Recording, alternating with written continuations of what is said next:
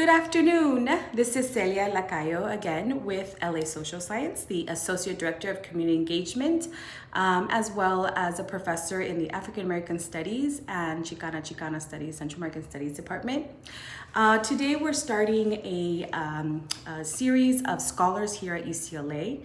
And so with us today is Alfredo Huante, who is currently a UC Chancellor's postdoc at UCLA, being housed in the Chicano, and Central American Studies Department. Hi, Alfredo. How are you today? Hi, Celia. Good to be here. I'm doing great. Well, it's great to have you. Why don't you tell us a little bit about the genesis of your dissertation research? How did you derive at what you wanted to look at, and how did that come about? Absolutely. Thank you, Celia. So my research really started during my time as a master's student.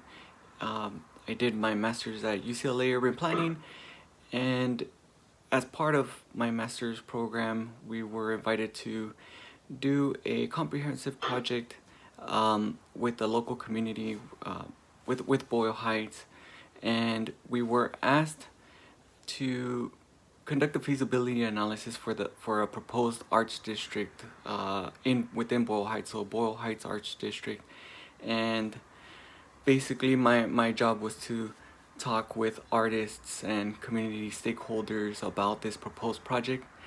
And during my time there, many artists were a little bit apprehensive about the project, and they would fundamentally ask, Alfredo, we're really interested in this Boyle Heights Arts project, Boyle Heights Arts District. However, we're not sure if we would be perpetuating or advancing gentrification in Boyle Heights. And so, as I tried to, you know, make them feel a bit more comfortable and about that sort of prospect, I learned that there wasn't a lot of literature on this sort of process, and so I sought to pursue a PhD using that as my sort of my the driving sort of question. Wonderful. We definitely want to get to your American Sociological Association Latino section award-winning publication entitled Lighter Shade of Brown, Racial Formation and Gentrification in Latino Los Angeles, which has many, many important findings and contributions. Can you tell us about that? Sure. So this article in Social Problems seeks to advance uh, a reconceptualization of gentrification, uh, rather than thinking of gentrification as primarily a class-driven sort of phenomenon.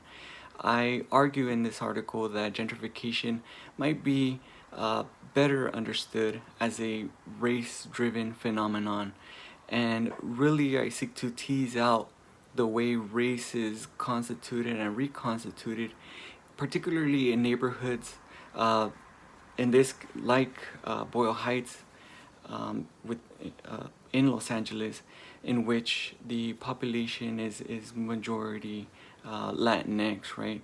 And so part of the way I do that is by looking at the way that uh, various stakeholders within the community and with outside of the community sort of understand their role within this gentrification process, and in particular I make a case uh, for understanding the ways that uh, that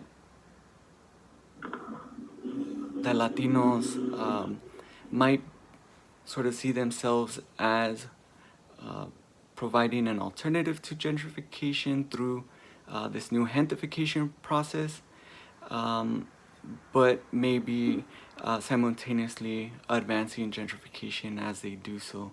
And so, um, and so, in a lot of ways, this research contributes to rethinking the way that we conventionally understand gentrification scholarship, and sort of sets us pivots gentrification scholarship to really think about the ways that critical theories of race might really allow for a more robust understanding of the dynamics that are happening in these places where people of color are the majority, and really get at complex ways at stopping gentrification or addressing gentrification.